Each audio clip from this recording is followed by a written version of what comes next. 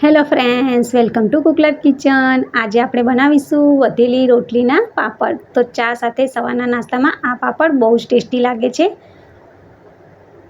તો ચલો બનાવવાનું શરૂ કરીશું.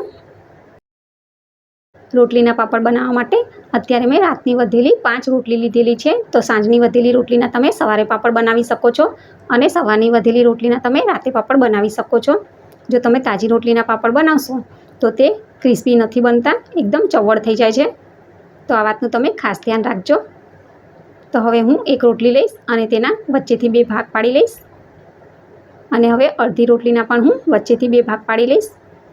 એટલે કે મેં એક રોટલીના 4 ભાગ પાડ્યા છે. તો સેમ પ્રોસેસ કરીને હું બીજી રોટલીના પણ ભાગ પાડી લઈશ. પહેલેથી મેં તેલ ગરમ કરવા મૂકી દીધેલું અને તેલ ગરમ થઈ ગયેલું છે. તો હવે તેમાં આપણે રોટલીના પાપડ તળી લઈશું. તો અત્યારે મેં એક રોટલીના પીસને મૂક્યો છે અને તેવી જ રીતે હું બીજા પીસને મૂકીને બંને બાજુ ફેરવતા તળી લઈશ. તો તમારે આ વાતનું ખાસ ધ્યાન રાખવાનું છે કે બંને બાજુથી ફેરવતા જ આને તળવાના છે. જો તમે એક જ બાજુ એને રાખશો તો તે એક બાજુ તો થશે પણ બીજી બાજુ ક્રિસ્પી નહીં બને. તો આ પાપડ બની ગયા છે. હવે હું તેને એક પ્લેટમાં કાઢી લઈશ. તો તેવી જ રીતે હું બધું જ તેલ નિતારીને પાપડને પ્લેટમાં કાઢી લઈશ અને સેમ પ્રોસેસ કરીને આપણે બધા જ પાપડને તળી લેવાના છે.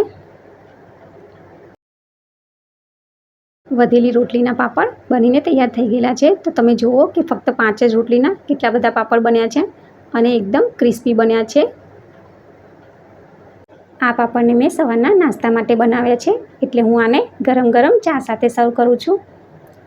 તો ચા સાથે આ પાપડ બહુ ટેસ્ટી લાગે છે, એકદમ ક્રિસ્પી લાગે છે. તો આ પાપડને તમે ફટાફટ બનાવવા હોય તો બાળકોને લંચ બોક્સમાં પણ આપી શકો છો. તો ફ્રેન્ડ્સ, આજનો આ વિડીયો સારો લાગ્યો હોય તો વિડીયોને લાઇક કરજો, શેર કરજો અને મારી ચેનલને સબસ્ક્રાઈબ કરજો. Thank you for watching. Bye bye.